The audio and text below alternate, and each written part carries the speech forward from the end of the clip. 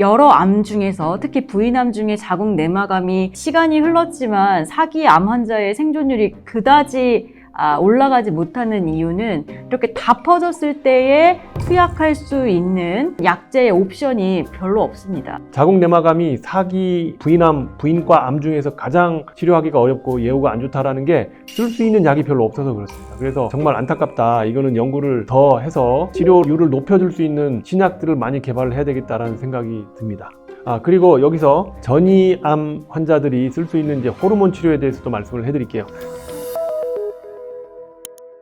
네, 안녕하세요. 18년차 암 전문의 문용화입니다. 네, 안녕하세요. 암 전문의 김슬기입니다. 네, 오늘은요, 부인암의 심화 탐구 2탄 자궁 내막암에 대해서 알아보도록 하겠습니다. 자궁 내막암은요, 사실은 빨리 진단하기만 하면 치료가 굉장히 잘 되는 암이긴 하지만 오히려 이제 늦게 진단이 되어서 사기가 되면 부인암 중에 가장 생존율이 낮습니다. 약 한 35% 정도로 알려져 있는데 난소암보다도 오히려 생존율이 더 낮기 때문에 자궁 내막암에 대해서 좀 깊이 있게 같이 이야기를 나눠보도록 할게요.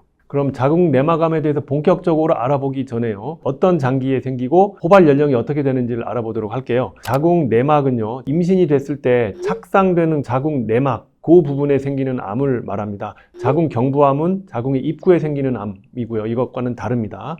그리고 대개는 폐경기 여성들, 50대 이상, 50에서 70세 이런 여성분들이 많이 생기는 걸로 되어 있습니다. 어떤 증상들이 있어요? 네, 그래서 증상이 중요한데요. 폐경기 여성, 그러니까 생리가 모두 끝난 여성임에도 불구하고 출혈이 된다, 질출혈이 생긴다 하면 이것은 이제 한 번이라도 되면 자궁 내막암의 가능성이 있기 때문에 반드시 병원에 가보셔야 됩니다. 질출혈이 돼서 오시는 경우가 대부분이기 때문에 좀 초기에 발견되는 분들이 많죠. 그럼 이게 자가 진단이 많은 거네요? 근데 젊은 여성의 경우에는 검진으로 나오는 경우도 간혹 있습니다. 이제 초음파 일반적으로 했을 때에 자궁 내막이 이제 두꺼워져 있는 그 부분이 3mm 이상으로 많이 두껍다든지 하게 되면 거기 부분을 뜯어내는 조직 검사를 하게 되죠. 젊어도 증상이 똑같은 거네요, 그러니까. 그렇죠. 단지 이제 조금 두꺼워져 있다고 그게 다 암을 시사하는 소견은 아니고요. 자궁 내막 증식증이라는 것도 있습니다. 그냥 이거는 암이 아니고 그냥 단지 증식만 되어 있는 거기 때문에 출혈이 된다고 혹시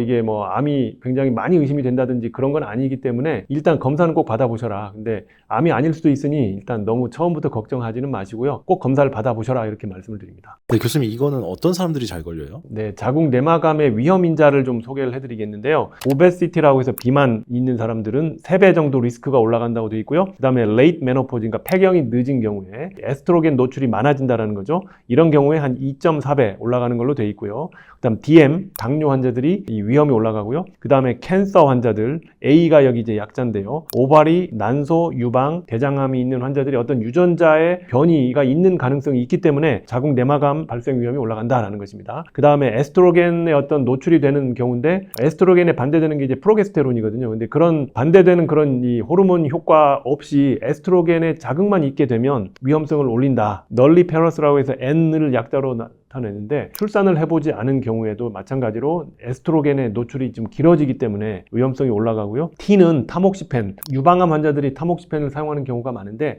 이것도 자궁 내막을 두껍게 하면서 자궁 내막암의 발생 위험을 올립니다. 그래서 이 빨간색 약자를 보시면 OLD AUNT에서 old aunt, 영어로 나이 많은 아주머니다, 이렇게 이런 약자로 말씀드릴 수 있는데, 이러한 인자들을 가지고 있는 분들은 자궁 내막암이 걸릴 확률이 그래도 남들보다는 좀 높다라고 생각을 하셔가지고 조금 더 주의 깊게 보셔야 된다 말씀을 드려요. 그리고 자궁 내막암의 특별한 조직형은 예후가 더 안 좋은데요. 그거에 대해서 좀 간단히 말씀을 해드릴게요. 장액성 자궁 내막암이 있습니다. 그리고 투명세포, 이 조직형을 가지고 있는 자궁 내막암은 일반적인 자궁 내막암이 엔도메트리오이드, 자궁 내막 양이라고 하는 이제 우리말로 해석을 할 수 있는데, 그런 타입보다 훨씬 예후가 좋지 않습니다. 그래서 5년 생존율을 비교를 해보시면 가령 1기만을 봤을 때 장액성 암은 74%, 투명세포는 88%, 자궁 내막 양은 95%, 대부분이 다 생존한다는 것이죠. 그럼에도 불구하고 장액성이나 투명세포암은 5년 생존하지 못하는 환자의 분율이 꽤 높다라는 걸 볼 수가 있고요.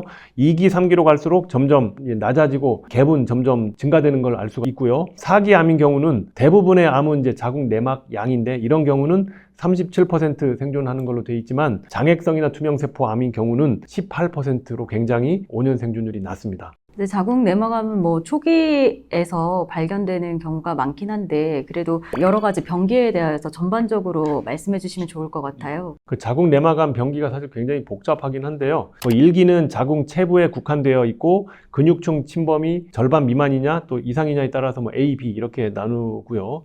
2기는 자궁 경부 간질층까지 침입이 되어 있다. 그리고 자궁 밖으로는 나가지 않았다라는 이제 그런 상태를 말하고요. 3기는 자궁의 장막 또는 자궁의 부속기는 뭐 난관, 난소 같은 게 있겠죠. 거기 침입이 되어 있는 경우 또는 자궁 자체를 약간 벗어나서 뭐 질까지 좀 침범이 되어 있는 경우 또는 골반 림프절이 침범이 되어 있는 경우를 말하고요. 그 다음에 4기는 원격으로 전이가 되어 있는 경우 당연히 4기고 그 주변에 있는 방광이나 직장, 점막에까지 침범이 되어 있다. 이러면 이제 4기라고 말씀드릴 수가 있겠고요. 피고 병기라고 하는 이제 시스템이 있는데 몇 년마다 한 번씩 업데이트를 합니다. 그래서 제가 말씀드린 거는 이제 2018년도에 나온 업데이트 결과고요. 최근에 2023년도에 조금 더 그 업데이트를 어떤 유전자 검사까지 포함해서 더 발전을 시켰습니다. 그래서 요거를 말씀을 해드리면 전반적으로는 다 어느 정도 비슷하긴 하지만 좀 바뀐 부분이 뭐냐 하면은요. 병기 E 중에서 C 타입이 있어요. C인 경우는 예후가 좋지 않은 공격적인 조직형들을 2C라고 얘기를 하는데요. 가령 예를 들자면 뭐 시러스 아데노칼시노마라고 해서 장액성 타입이 여기에 속하고요. 클리어셀 아데노칼시노마 아까 제가 예후가 좋지 않은 조직형 중에 투명세포 타입을 말씀드렸잖아요. 그래서 요것도 포함이 되고요. 요거 말고도 한 7, 8가지 조직형 타입이 공격적인 조직형이다라고 해서 원래는 병기가 낮은데 이 조직형이 있으면 적어도 2C로 이렇게 병기를 저희가 변경을 해서 이제 매기게 되고요. 이런 경우는 항암 치료가 필요하지 않은 경우였는데 이런 조직형이 있으면 이제는 항암 치료를 해야 된다. 수술을 하고 나서 재발 방지를 위해서 꼭 항암 치료를 해야 된다라고 이렇게 권고를 하고 있어요. 이제 이런 게 하나 바뀐 게 있고요. 그다음 두 번째 바뀐 정보는 유전자 검사 중에서 POLE, 폴이라고 하는 유전자가 있는데요. 이 유전자 변이가 발견이 되면 예후가 굉장히 좋습니다. 그래서 폴이 유전자가 발견이 되는 경우는요. 웬만해서는 항암 치료를 안 하고도 재발하지 않아요. 그래서 수술하고 나서 이 유전자 검사를 보고 이제 항암 치료 할지 말지 결정을 하는 것도 요즘에 어떤 트렌드가 되겠다 말씀을 드리고 반면에 P53 유전자 돌연변이는요. 똑같은 병기임에도 불구하고 P53 유전자 돌연변이가 있으면 좀 초기임에도 이거를 2C로 이제 병기를 구분을 합니다. 아까 말씀드린 공격적인 조직형이 있으면 2C, 조금 안 좋은 예후를 나타낸다고 했잖아요. P53 돌연변이가 있더라도 2C로 우리가 분류를 하고 이런 경우는 역시 항암 치료를 고려를 해야 된다라고 말씀을 드려요.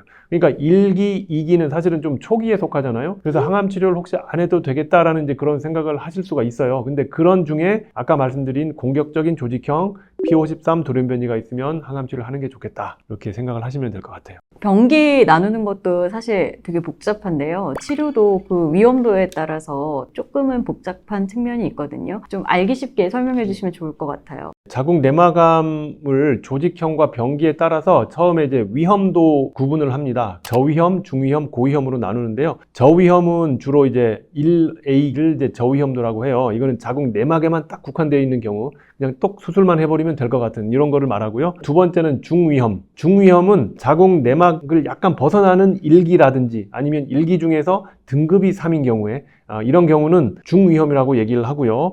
2기도 대부분은 이제 중위험이라고 얘기를 합니다.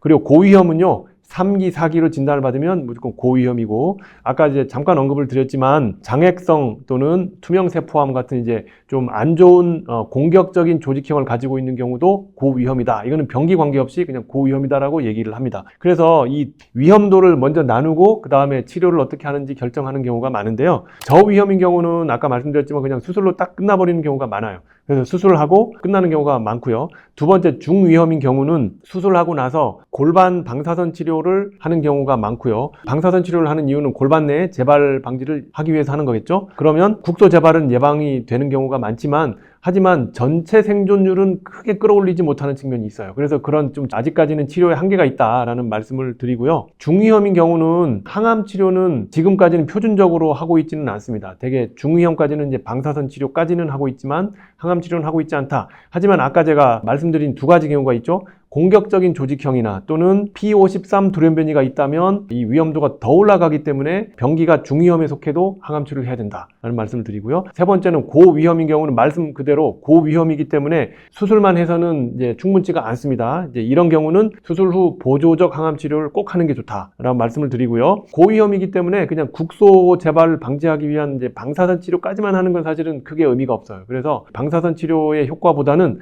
항암 치료 효과를 더 크게 이제 기대를 해봐야 되는 그런 병기가 이제 고위험이다라고 말씀을 드립니다. 그래서 제가 말씀드린 수술적인 치료에 대해서 간단히만 말씀드리면 저는 이제 외과 계열의 의사가 아니기 때문에 사실은 저는 전문가는 아닙니다만 자궁을 절제를 하고 양측 난소 절제술까지 하는 경우가 많습니다. 그리고 주변에 있는 림프절, 대동맥 주변 림프절까지 절제를 해야 되는 경우가 많습니다. 이거는 서전과 방사선 치료하는 의사가 어떤 이런 협업하에 결정을 하게 되는 경우가 많습니다. 그리고 뭐 복강경 수술이든지 로봇 수술을 하는 경우도 있고요. 최근에 그리고 뭐 개복해서 아예 수술을 하는 경우도 있습니다. 아무튼 그 수술을 한 다음에 수술만으로 땡 할 수도 있고 중위험이면서 어떤 위험인자가 있을 경우에는 방사선까지 해야 되고 수술 후에 위험인자가 높으면 뭐 3기 이상이고 뭐 세포형도 안 좋고 하면 무조건 항암 치료도 해야 되고 방사선 치료도 해야 된다 이렇게 생각하시면 될 것 같아요. 근데 이거는 수술을 할 수 있는 경우에 그렇다라는 거고요. 재발하거나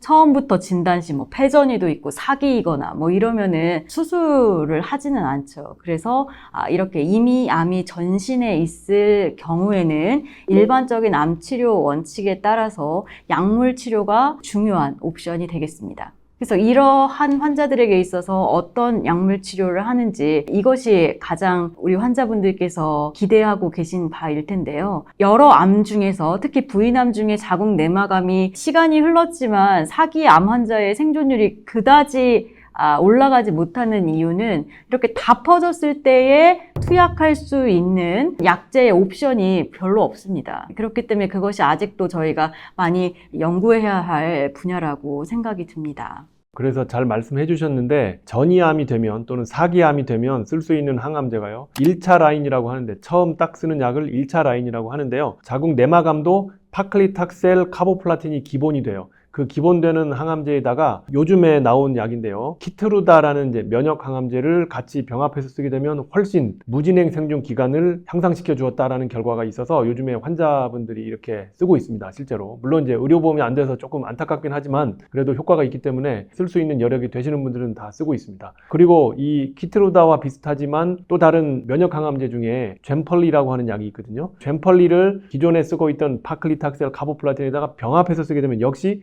그냥 항암제만 쓰는 것보다 생존기간을 늘려줬기 때문에 이것도 마찬가지로 키트루다, 젬펄리 뭐가 더 좋다 이런 게 아니고요. 그 두 가지 약제가 다 효과가 있다라고 말씀을 드려서 굉장히 자궁 내막암에서의 큰 발전입니다. 이거는 최근에 있었던 아주 큰 발전이기 때문에 여러분들 꼭 그걸 좀 아시면 좋을 것 같고요. 아마 자궁 내막암 사기 환자들의 생존 기간이 앞으로 좀 더 이 통계적으로 늘어나지 않을까. 아직은 통계에 잡히진 않았어요. 그렇지만 늘어날 것 같은 그런 생각을 하고 있어요. 그리고 1차 라인이 끝났죠. 효과가 뭐 계속 좋으면 당연히 좋겠지만 어느 순간에는 또 내성이 생깁니다. 그러면 2차 라인 약제로 넘어가야 되는데 그때 쓸 수 있는 약이요. 키트루다와 렌비마라고 하는 표적 항암제를 같이 쓰는 방법이 첫 번째 있을 수 있고요.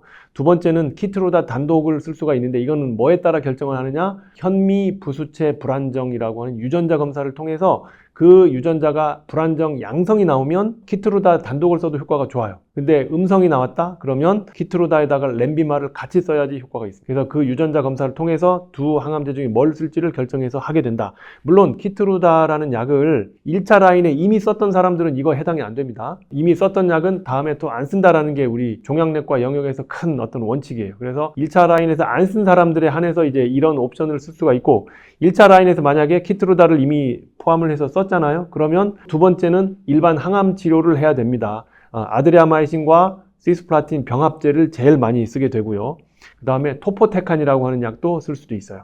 근데 그 정도예요. 그 더 이상은 쓸 수 있는 약 자체가 없어요. 그래서 자궁 내막암이 사기 부인과 암 중에서 가장 치료하기가 어렵고 예후가 안 좋다라는 게 쓸 수 있는 약이 별로 없어서 그렇습니다. 그래서 정말 안타깝다. 이거는 연구를 더 해서 치료율을 높여줄 수 있는 신약들을 많이 개발을 해야 되겠다라는 생각이 듭니다.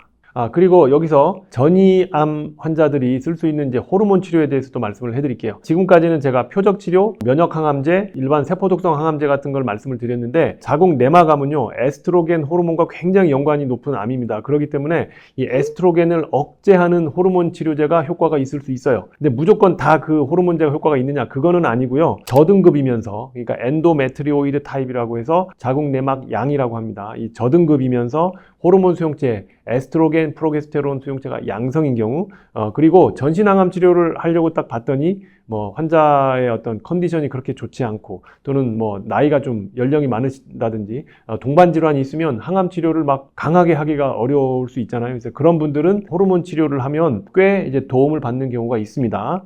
그래서 프로게스틴 또는 아로마타제 억제제인 레트로졸, 아나스트로졸 이런 약제들을 쓸 수가 있습니다. 그러면 암의 진행을 좀 늦춰질 수가 있고 삶의 질을 어느 정도 좀 잘 유지를 해줄 수가 있다라는 장점이 있습니다. 요즘 생각보다 이게 약제도 좋고 방법이 좀 없는 것 같은데 혹시 신약에 대한 소개도 해주실 수 있으세요? 네. 자궁 내막암이 치료제가 너무 없어서 사실은 고민이 많았었는데 그래도 최근에 좋은 소식은 에너투라고 하는 약이 나와서 자궁 내막암 환자들도 좀 도움을 받고 있고요. 에너투는 원래는 이제 허투 양성 유방암 그리고 허투 저발현 유방암 환자의 주로 쓰던 약인데 이 허투라고 하는 타겟을 치료할 수 있는 이제 항체와 항암제를 결합시킨 약이 이제 에너투거든요. 그렇기 때문에 허투가 발현이 되는 자궁 내막암 환자를 선별해서 이 에너투를 쓰게 되면 효과가 좋습니다. 데스티니 펜 튜머 2라고 하는 임상시험 결과로 나타났는데요. 여기 결과를 보시면 허투 발현이 2 플러스인 경우는 47%가 반응을 했고요. 3 플러스인 경우는 반응률이 84%에 무려. 그러니까 거의 대부분이 암이 줄어들었다. 대부분의 환자가 좋아졌다라는 얘기거든요. 그래서 굉장히 효과가 좋습니다. 이 환자들이 처음 이 에너투를 쓰는 그런 사람이 아니고요. 항암 치료를 하다 이제 더 이상 쓸 약이 없는 사람들을 대부분 대상으로 했기 때문에 이게 더 의미가 있는 겁니다. 그렇기 때문에 여러분 이제 자궁 내막암 환자분들은요 허투 유전자 검사를 꼭 해놓으시길 바랍니다. 그래서 이게 만약에 양성으로 나오면 에너투를 혹시라도 쓸 수도 있겠다라는 생각을 하시면 좋을 것 같아요.